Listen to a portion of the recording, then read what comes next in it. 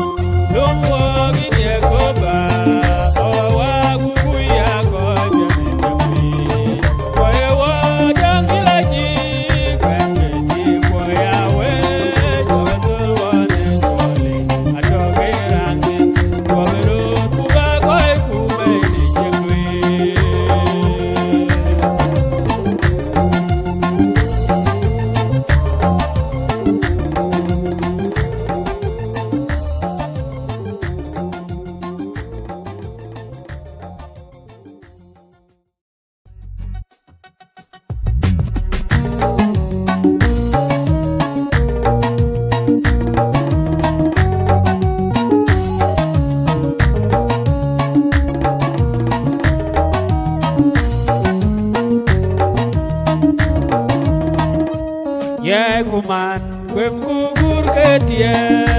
yukuru niaji mader wang nialila jikpanian woye koji kuat ketiang niyum niwe nengegelam nengen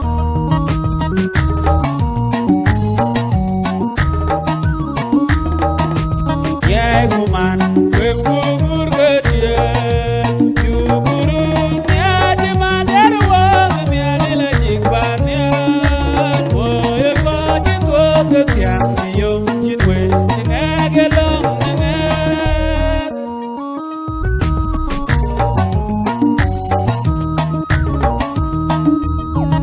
Kuman kwem kukur ketie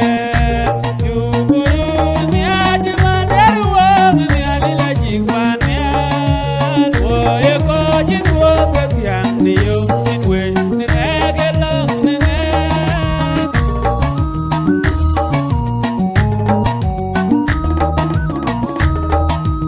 yai kuman kwem kukur ketie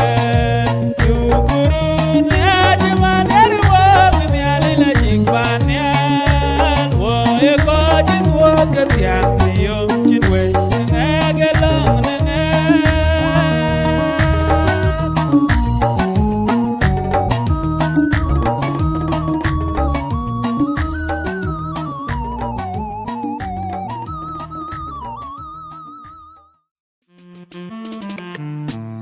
Atiera jat ajikare kwa wawe we atani yechu hallelujah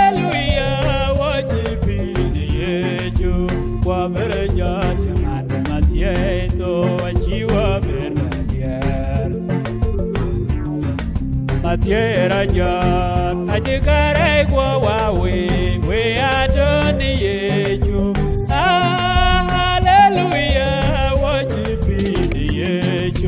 kwa berjat man matieto